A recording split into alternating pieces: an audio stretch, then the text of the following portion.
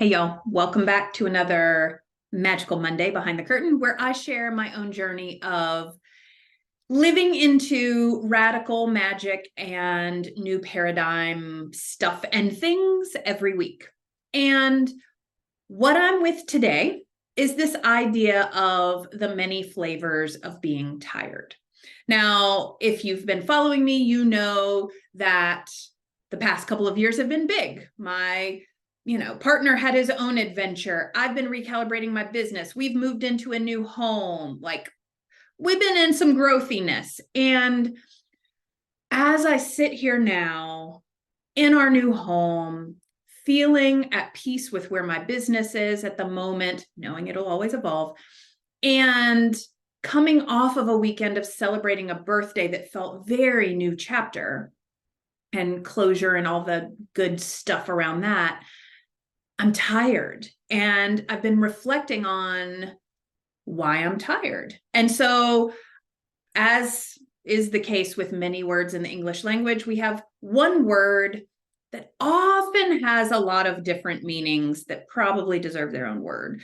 And so I'm going to unpack that in today's message and see how it lands for you. So, tired, the way I understand it in the most concrete, literal way, is like I've been doing a lot of stuff and I'm exhausted from it. Now, when we talk about it through the lens of human design, there's some nuance there because we get energized a lot of times from doing the things that are actually ours to do, that are in alignment, and we get depleted from the things that we don't want to do. So within that, there's like, I've just been doing too much for my body, for my battery, or I've been doing too much stuff that I don't really want to do and that drains me. So that's like the main tired.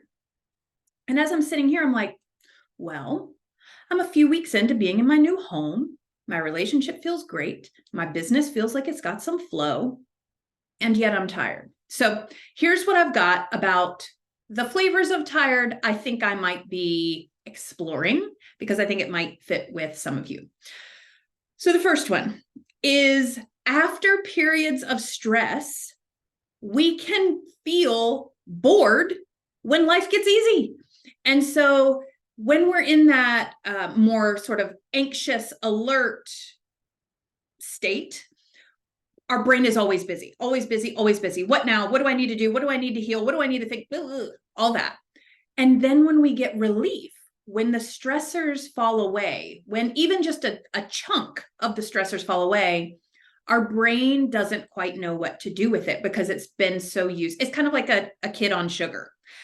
And then the kid starts to want sugar all the time and doesn't know what to do when he doesn't have it. So think about that image or some cartoon image of it. And so that's thing number one, is like, oh, what about ease? Like, what does my brain fill itself with when it doesn't have to be in firefighter mode? So boredom, tired number one. I've watched myself with that and I'm like, oh, I get choice. I get to move from the sense like boredom means I have choice. I'm not responding to the next fire or the next thing my brain perceives as a fire. So that's the first. The next one is, I'm going to get nerdy and in the applied neuroscience. And our nervous systems are meant to work like a light on a dimmer switch, being able to fluctuate and attune to the level of stress needed in a moment, right? Like, if I need to pull someone out of the street to save them, that's like real up there. But if I'm worried about what someone thinks about something I've said, and I'm responding that way, my nervous system is never getting a break, even with the minor stressors. So we live in a world that amps everything up. And then when we have very real stressors, especially if those stressors connect to our lower chakras, meaning issues of security, primary connection, money, belonging, all of those, which, hey, core wounds, that's where they like to live, then it's going to feel like it's way up there a lot of the time. So I've been in all that, right? Like home, money, business, partnership. We've been in those lower chakras. And so after years of working on my own dimmer switch, I realized that I am just closing the chapter on a phase where I didn't realize how fully I was in a stress mode.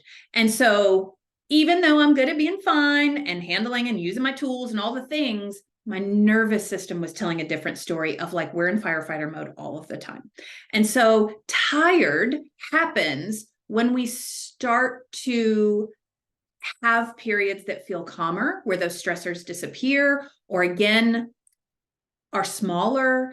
And during stress periods, what our nervous system learns is you're either all on or all off. There is no in between. And so when we start this period of integration, when we start to remember that we are meant to move in this more fluid way instead of on or off, the first time our dimmer switch turns down for a prolonged period of time, it can feel like tired at first because it's learning, it's remembering that tired is actually calm.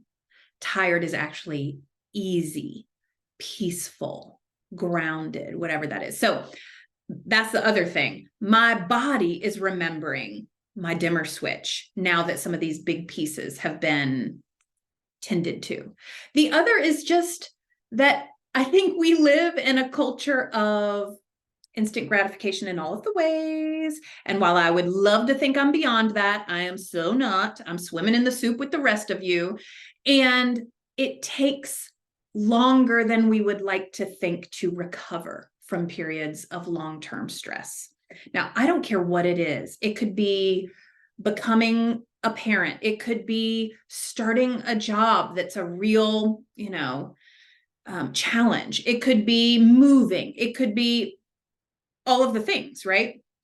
These big transitions require a lot of us energetically.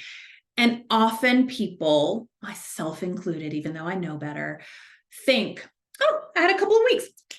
I should be good. When really our body says, so you're going to do 6 months of marathon stress and you want me to give you a weekend to recover? No, thanks. So it's that grace to give ourselves the time and space we actually need to recover. And often I think our bodies, because they're infinitely wise, will make us feel tired so that we don't go right back to doing the same shit we've been doing, which is overextending ourselves, like being addicted to those stress patterns, whatever it is, falling into an identity that isn't sustainable. And so the body says, no, we are slower now. We are not going to burn energy until we recover our energy. And so there's that, the wisdom of the respite and nourishment we actually need, not what we think we should need after periods of stress. And the fact is, y'all, I don't care who you are, unless you are like a monk on a mountain meditating all day, if you're living in any semblance of regular, this kind of culture where you're on the internet, you are bombarded with stress far more than you realize. And your body probably wants more than you think it deserves. So I encourage you all to get curious about when you're tired. Get curious about the alignment. Am I doing things I actually don't want to do or aren't in my zone of genius or desire? Sometimes we got to do those things, but at least acknowledging it is a start.